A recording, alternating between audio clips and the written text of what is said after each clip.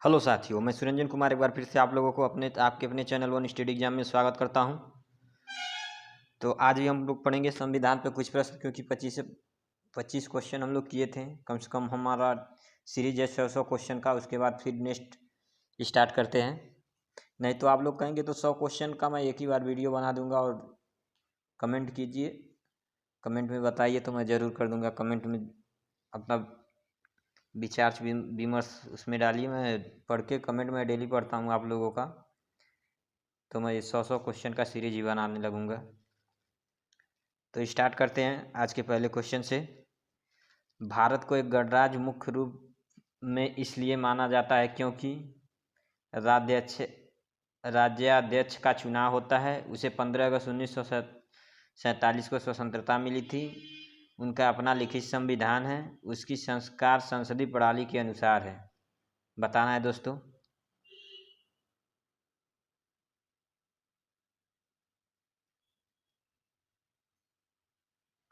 तो right answer option ए हो जाएगा दोस्तों। नेक्स्ट, भारतीय संविधान के किस भाग को उसकी आत्मा की संज्ञा प्रदान की गई है? प्रस्तावना में मौलिक अधिकार, राज्य के नीति निर्देश तत्व, संविधान के सभी अनुच्छेद। बताना है दोस्तों किस भाग को संविधान की आत्मा कहा गया है, किसको कहा गया है? तो राइट आंसर ऑप्शन ये हो जाएगा, प्रस्तावना को। नेक्स्ट, भारत एक गणतंत्र है, इसका अर्थ है सभी मामलों में अंतिम अधिकार जनता के पास है। भारत के संसदीय शासन व्यवस्था है। भारत में वंशानुगत शासन नहीं है। भारत राज्यों का संघ है। बताना है दोस्तों, भारत एक गणतंत्र है, इसका अर्थ क्या होगा? तो राइट आंसर ऑप्शन सी हो जाएगा, भारत में वंशानुगत शासन नहीं है। संविधान में संघ को डैश नाम दिया गया है? हिंदुस्तान या भारतवर्ष, इंडिया या हिंदुस्तान, इंडिया या भारत, भारत देश या इंडिया। बताना है दोस्तों क्या कहा गया है। ये सारे मिलते जुलते एक ही हैं दोस्तों। ये कॉमन वर्ड देखिएगा, संविधान में संघ का नाम दिया गया। बताना है दोस्तों, हम लोग क्या कहते हैं? भारत अर्थात इंडिया, यानी भारत या इंडिया कहते हैं। हिंदुस्तान या भारतवर्ष नहीं कहते हैं। ऑप्शन सी हो जाएगा। सर्वोच्च न्यायालय का गोलकनाथ मुकदमा में निर्णय था, क्या निर्णय था? बताना है दोस्तों, गोलकनाथ मुकदमा में क्या निर्णय सरकार ली थी? न्यायपालिका संसद से स्वतंत्र है। मौलिक अधिकारों को संक्षिप्त या संशोधित नहीं किया जा सकता। संविधान सर्वोच्च है। संविधान की मूल संरचना में परिवर्तन नहीं किया जा सकता। बताना इसमें से क्या सही है दोस्तों। तो राइट आंसर ऑप्शन बी हो जाएगा दोस्तों, मौलिक अधिकारों को संक्षिप्त या संशोधित नहीं किया जा सकता। निम्नलिखित में से कौन सा मूल अधिकारों में सम्मानित नहीं किया गया है? संपत्ति का अधिकार, संघ गठित करने का अधिकार, करने का अधिकार, देश के किसी भाग में जाने और निवास करने का अधिकार। बताना है दोस्तों, मूल अधिकारों में किसको सम्मानित नहीं किया गया है? तो राइट आंसर ऑप्शन ए हो जाएगा दोस्तों। देखिए, मूल अधिकारों में सम्मानित नहीं किया है। ऑप्शन ए की इसलिए हो जाएगा क्योंकि संपत्ति का अधिकार अब संपत्ति का अधिकार नहीं है दोस्तों, विधिक अधिकार है। नेक्स्ट, राज्य के नीति निर्देशक सिद्धांतों को भारतीय संविधान में शामिल किए जाने का उद्देश्य है। बताना है दोस्तों किसमें दिया है? राजनीतिक प्रजातंत्र को स्थापित करना, सामाजिक प्रजातंत्र को स्थापित करना, सामाजिक प्रजातंत्र को स्थापित करना, एक दो बार हो गया है, गांधीवादी प्रजातंत्र को स्थापित करना। बताना है दोस्तों कौन सा सही होगा। राज्य के नीति निर्देश सिद्धांतों को भारतीय संविधान में शामिल किए जाने का उद्देश्य है गांधीवादी प्रजातंत्र को स्थापित करना। भारतीय संघ के अंतर्गत किसी राज्य को मिलाने का अधिकार किसे है? भारत के राष्ट्रपति को, प्रधानमंत्री को, संसद को, सर्वोच्च न्यायालय को। बताना है दोस्तों। किसी भी राज्य को मिलाने का अधिकार किसमें है? जैसे हम लोग तेलंगाना को राज्य में नहीं, हाँ तेलंगाना, फिर वो पुडुचेरी, गोवा जैसे बाद में आने गए, वो किस संसद करता है, राष्ट्रपति करता है, प्रधानमंत्री करता है, इसका निर्णय कौन लेता है दोस्तों? तो संसद करता है दोस्तों। इसका आंसर ऑप्शन सी हो जाएगा। ये तो क्वेश्चन आंसर दो। केंद्र राज्य संबंधित अनुसूची है 7वीं में, 8वीं में, 6वीं में, 9वीं में बताना है दोस्तों। तो आंसर बताने की ज़रूरत नहीं है, तो ऐसे सामने दिख गया। राइट आंसर ऑप्शन है 7वीं अनुसूची में। ये देखना केंद्र राज्य संबंधित है, ये देखना किस अनुसूची में, केंद्र राज्य संबंध किस अनुसूची में है बताना है। केंद्र और राज्य को एक साथ किस अनुसूची में जोड़ा गया है बताना है दोस्तों। तो केंद्र और राज्य को एक साथ एक अनुसूची में जोड़ा गया है, 7वीं अनुसूची में जोड़ा गया है। नेक्स्ट,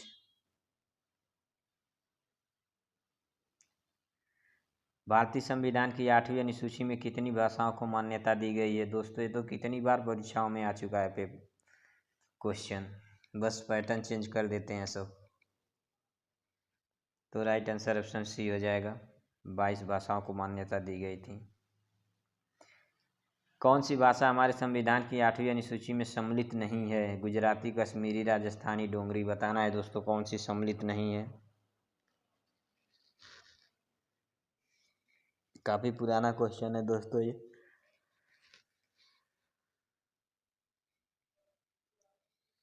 तो राइट आंसर ऑप्शन सी हो जाएगा, राजस्थानी। भारत के संविधान में अंतर्राष्ट्रीय शांति और सुरक्षा की अभिवृद्धि का उल्लेख है बताना है दोस्तों। संविधान की उद्देशिका में, राज्य के नीति निर्देश तत्वों में, मूल कर्तव्यों में, 9वीं अनुसूची में। भारत के संविधान में अंतर्राष्ट्रीय शांति और सुरक्षा की अभिवृद्धि का उल्लेख किसमें किया गया है? 9वीं अनुसूची में है, मूल कर्तव्य में है, राज्य के नीति निर्देशक तत्वों में है, संविधान की उद्देशिका में है बताना है दोस्तों। तो राइट आंसर ऑप्शन बी हो जाएगा, राज्य के नीति निर्देशक, मैंने टिक नहीं किया सॉरी, राज्य के नीति निर्देशक तत्वों में। नेक्स्ट, नागरिकों के मूल कर्तव्यों की सूची भारतीय संविधान के किस अनुच्छेद में दी गई है? 51, 51A, 52, 50 बताना है दोस्तों। नागरिकों के मूल कर्तव्यों की सूची भारत के किस अनुच्छेद में दी गई है, ये बताना है दोस्तों। तो राइट आंसर ऑप्शन हो जाएगा, बी हो जाएगा, अनुच्छेद 51A में। निम्न में से कौन सा भारत के संविधान द्वारा प्रत्याभूत मौलिक अधिकार है? शासन का अधिकार, संपत्ति का अधिकार, सूचना का अधिकार, समानता का अधिकार बताना है दोस्तों। निम्न में से कौन सा भारत के संविधान द्वारा प्रत्याभूत मौलिक अधिकार है? प्रत्याभूत मौलिक अधिकार है बताना है दोस्तों। क्वेश्चन चाहे कितना भी बड़ा हो दोस्तों, उसमें कॉमन वर्ड क्या है उसे याद करने से क्वेश्चन याद होते हैं और परीक्षा हॉल में गलती नहीं होती है। तो राइट आंसर ऑप्शन डी हो जाएगा दोस्तों, समानता का अधिकार। प्रत्याभूत मौलिक अधिकार समानता का अधिकार होता है।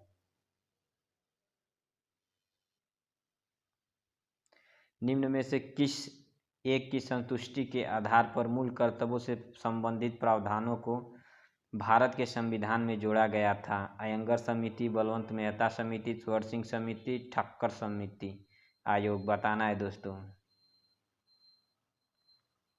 बस इसे आप लोग याद कीजिएगा, संतुष्टि के आधार पर मूल कर्तव्यों से संबंधित। ये कौन भारत के किस संविधान में जोड़ा गया था, किसके कहने पर जोड़ा गया था, ये किस समिति के कहने पर जोड़ा गया था? तो राइट आंसर ऑप्शन सी हो जाएगा, स्वर्ण सिंह समिति के कहने पर हुआ था मूल कर्तव्यों का प्रावधान। भारत की नागरिकता निम्नलिखित में से किस प्रकार प्राप्त की जा सकती है? जन्म से, वंशानुगत से, देशीकरण से, उपरोक्त में सभी।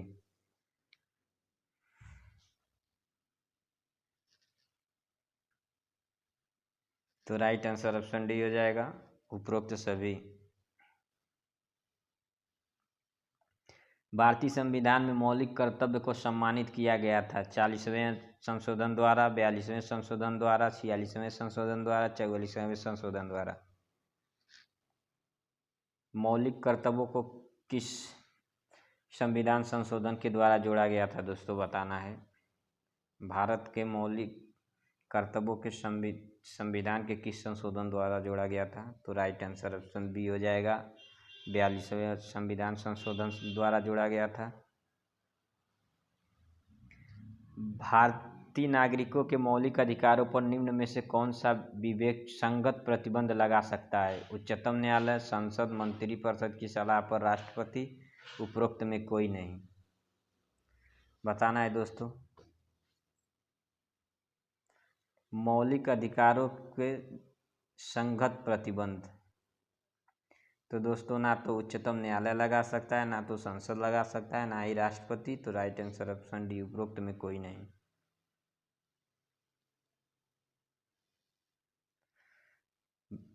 भारतीय संविधान के किस अनुच्छेद, गलत लिखा है, भारतीय संविधान के अनुच्छेद 352 के अनुसार राष्ट्रीय आपातकाल की घोषणा निम्नलिखित में से किन परिस्थितियों में की जा सकती है? संवैधानिक मशीनरी की विफलता, ब्रह्म आक्रमण, आंतरिक अशांति, युद्ध, ब्रह्म आक्रमण तथा सशस्त्र विद्रोह। दोस्तों इसे काट दीजिएगा। भारतीय संविधान के अनुच्छेद 352 के अनुसार राष्ट्रीय आपातकाल की घोषणा निम्नलिखित में से किन परिस्थितियों में की जा सकती है, यही पूछा है। ये इसमें कॉमन वर्ड देखना है दोस्तों, किन परिस्थितियों में की जा सकती है। और इसमें भी एक आंसर है, क्योंकि आपातकाल किस अनुच्छेद के द्वारा लगाया जाता है? 352 के अनुच्छेद लगाया जाता है। दूसरा क्वेश्चन यहीं से बन जाता है दोस्तों। तो राइट आंसर ऑप्शन डी हो जाएगा, युद्ध, ब्रह्म आक्रमण तथा सशस्त्र विद्रोह के समय पर लगाया जाता है। भारत में निम्न अनुच्छेद के अंतर्गत आपातकाल की घोषणा की गई थी। देखिए दोस्तों, ऊपर वही क्वेश्चन कराया और यहाँ पे वही क्वेश्चन भी है। तो दोस्तों आप हमारे चैनल के साथ जुड़े, हम आपको ऐसे तैयारी करा देंगे, जीके जीएस की प्रैक्टिस करा देंगे कि एग्ज़ाम हॉल में कोई गलती नहीं होगी दोस्तों। तो राइट आंसर ऑप्शन ए हो जाएगा, 352।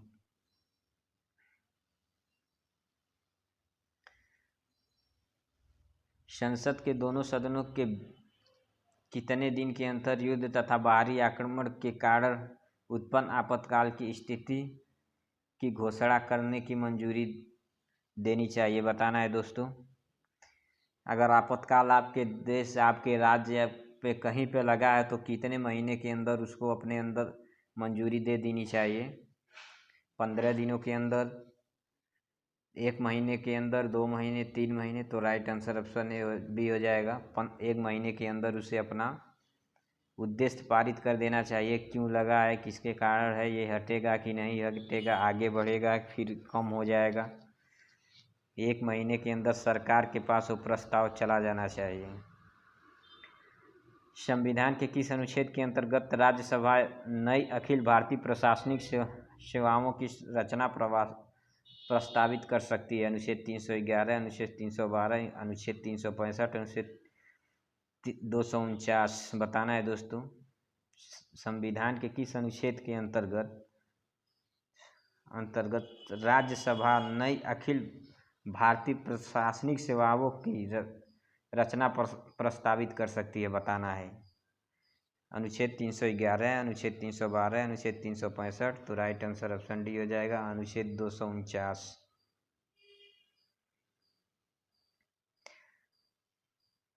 भारत में संविधान के किस अनुच्छेद में अस्पृश्यता समाप्त की गई है? 42वें, अनुच्छेद 15वें, अनुच्छेद 17वें, अनुच्छेद 18। बताना है दोस्तों किस में की गई है।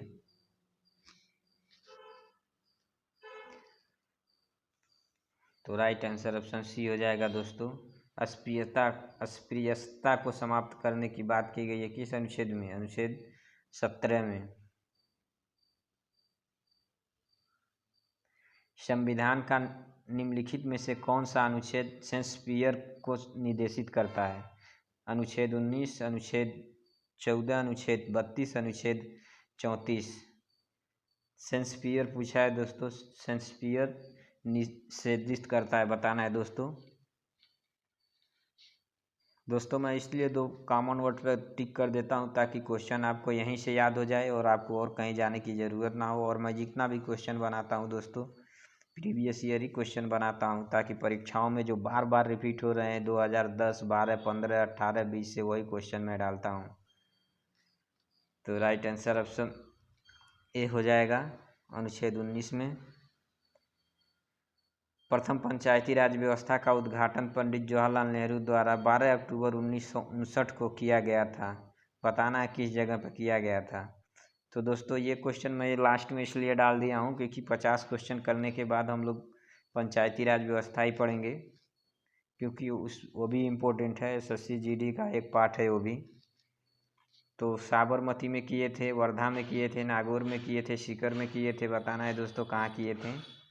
प्रथम पंचायती राज व्यवस्था का उद्घाटन पंडित जवाहरलाल नेहरू द्वारा 12 अक्टूबर 1959 को किया गया था। एक चीज़ याद रखिएगा, 12 अक्टूबर और इस सन को, 12 अक्टूबर और इस सन को याद करेंगे तो मालूम चल जाएगा किस जगह पे किए थे।